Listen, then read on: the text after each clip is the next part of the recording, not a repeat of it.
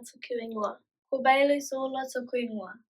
Today we are going to teach you how to pronounce our class names properly. Here are some important tips to pronounce our te reo words properly. Make sure you roll that R. When there's a tohito above a letter, you have to hold the sound. Follow us around the kura so we can teach you how to pronounce our class names. Te wharero ringa hora.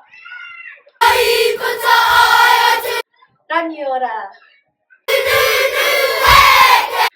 Konini.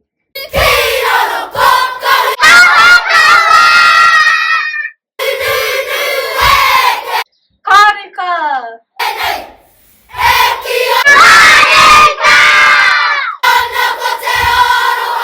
Karaka. Kofai. Nico. Titaki.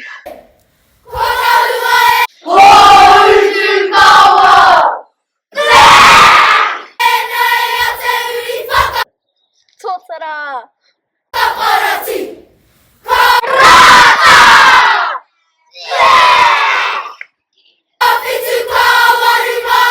Kahikatia.